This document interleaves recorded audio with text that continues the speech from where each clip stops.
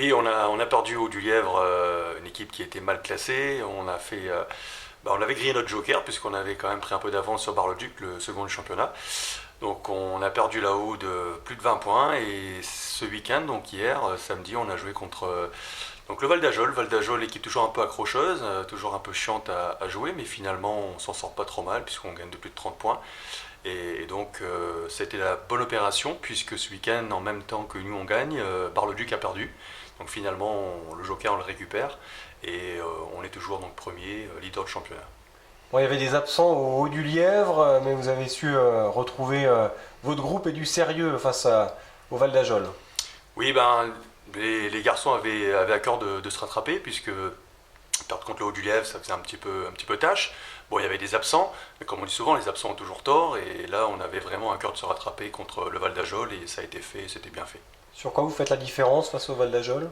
Ben, en défense, puisqu'on encaisse que 16 points en premier temps, donc clairement là, l'envie était là, le genre d'attaque était aussi présent, parce qu'on a eu de la réussite, de l'adresse, et puis comme la défense était costaud, derrière après on a pu faire jouer tout le monde, ça a bien déroulé, et battre le Val d'Ajol de plus de 30 points chez nous, alors qu'à l'aller on avait quand même gagné que de 11 points, donc c'est vraiment bien. Bon, il n'y a pas le feu, vous êtes toujours leader. Avant un prochain rendez-vous, un déplacement à Saint-Dié qui vous avait posé quelques soucis au match aller.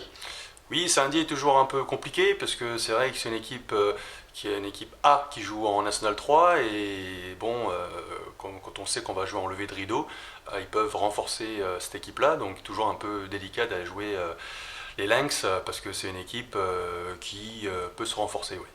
Et il y a de l'adresse aussi derrière la ligne à 3 points par rapport au match aller, hein, du côté de Saint-Dié, donc vigilance quoi, hein. Oui, oui, d'ailleurs tu étais là, tu avais filmé le match, etc. Et c'est vrai qu'ils avaient eu de l'adresse, ils avaient été accrocheurs. Et encore une fois, c'est notre défense qui a fait le travail, puisqu'on a pu bien les contenir malgré tout, puisqu'on nous on encaisse en moyenne à peu près 57-58 points par match. Et à part l'erreur du Lièvre, on a encaissé 80, plus de 80 points. C'est vrai que là, on a vraiment fait un gros boulot contre Saint-Dié. Ouais. Bon, ça sera le 27 février, mais avant, il y a deux matchs de coupe qui tiennent à cœur au club de la Juliana, hein. Oui, la Juliana veut vraiment faire un beau parcours, puisqu'il y a 2 ans ou il y a 3 ans, ils avaient été en finale contre Mirecourt. Ils avaient perdu en finale de Coupe des Vosges. Donc là, nous, on joue donc samedi en Coupe des Vosges contre Miremont. Et on enchaîne dans 15 jours donc une équipe de pré-nationale, Sainte-Marie-aux-Chênes, qui est une belle équipe, qui est 5 ou 6e dans ce championnat. Donc il y aura 15 points d'avance pour nous, puisqu'on a quand même deux niveaux d'écart entre Nomexi et donc cette équipe de Sainte-Marie-aux-Chênes. Donc c'est un match un petit peu de gala, et puis bon, c'est des matchs couperets, il faut les gagner pour toujours rester dans cette course de Coupe de Lorraine. Alors ça sera un révélateur pour vous, Sainte-Marie-aux-Chênes, hein, on l'a dit, deux niveaux d'écart, parce que vous êtes un prétendant à la montée au sein de votre championnat, donc vous pourrez vous jauger déjà. Oui, c'est bien, puisque c'est un petit peu une récompense pour ce groupe-là qui a gagné 13 matchs et qui n'a perdu un seul. C'est aussi pour des joueurs qui ont évolué en pré-national comme Hugo, Tost, René, Damien, des joueurs qui ont déjà évolué dans ce niveau-là, dans ce championnat-là, de s'étalonner contre une équipe qui est 5 ou 6e du championnat de pré-national. Donc c'est important pour nous de voir véritablement notre vrai niveau. Ensuite, sur un match, tout est permis. Ouais, c'est un bon niveau, la pré-nationale quand même, hein. Il y a des sacrés joueurs en face, talentueux physiquement et forcément à droit, quoi. Oui, pour se situer, Mirecourt qui joue en National 3, c'est le niveau au-dessus. Voilà, il y a juste un niveau d'écart entre la Prénat et la National 3. Donc c'est un niveau qui est assez compliqué pour une équipe qui joue en honneur Lorraine. Donc nous, c'est le dernier niveau lorrain. C'est la pré-nationale juste avant donc de pouvoir s'étalonner contre des équipes comme Mirecourt en National 3. Donc c'est vrai que c'est un championnat qui est particulièrement difficile, des joueurs plus athlétiques, des joueurs plus adroits, ils vont plus vite. Donc à nous d'essayer voilà, de jouer avec nos atouts et de temps en temps essayer de leur poser des problèmes dans le jeu au niveau du coaching, leur proposer des défenses, des mix de défenses, leur proposer en attaque un jeu un petit peu léché, comme on sait le faire, avec du rythme. Voilà, on va essayer de brouiller un peu les cartes si on peut, mais en tous les cas, ça va pas être facile. Bon, pour conclure, en National 3, Mirecourt est leader et fonce vers la National 2.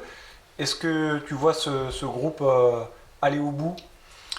Ben, pour avoir discuté un peu avec des joueurs qui viennent au Subway, hein, notamment Bacala, on avait discuté un petit peu de cela et c'est vrai qu'il m'avait parlé d'un match assez important sur le calendrier, c'était contre Pfastatt. Donc c'est le match couperé qu'ils doivent absolument gagner pour ensuite espérer monter en National 2, puisque cette année, franchement, ils ont le groupe, ils ont en plus des séries de victoires, même quand ils jouent pas forcément très bien, ils passent.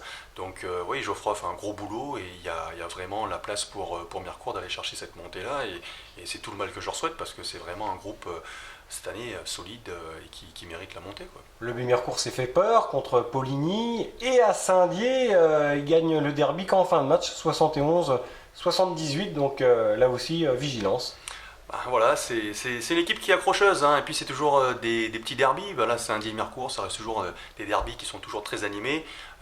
Bon, voilà, moindre mesure contre nos Mexi, ça sera un petit peu moins le derby, puisque voilà, ça reste quand même un niveau lorrain, enfin le plus bas niveau lorrain, mais en tout cas pour revenir à National 3, Saint-Dié et Mirecourt sont toujours tirés un petit peu la bourre, et là pour le coup, ils sont quand même passés, donc ça veut dire que quand une équipe, malgré tout, qui propose un jeu un peu moins léché, qui a un peu plus de mal sur un match, malgré tout ils passent, et ça c'est révélateur. C'est révélateur qu'ils ont les reins solides, et je leur souhaite vraiment de faire un coup à Pfastatt, d'autant plus que le frère de Christian Monchot, l'ancien entraîneur pro, est là-bas maintenant, et va falloir vraiment que le groupe de Mercourt soit costaud là-haut, et ensuite, s'ils le prennent, derrière, c'est une voie royale pour la montée en N2.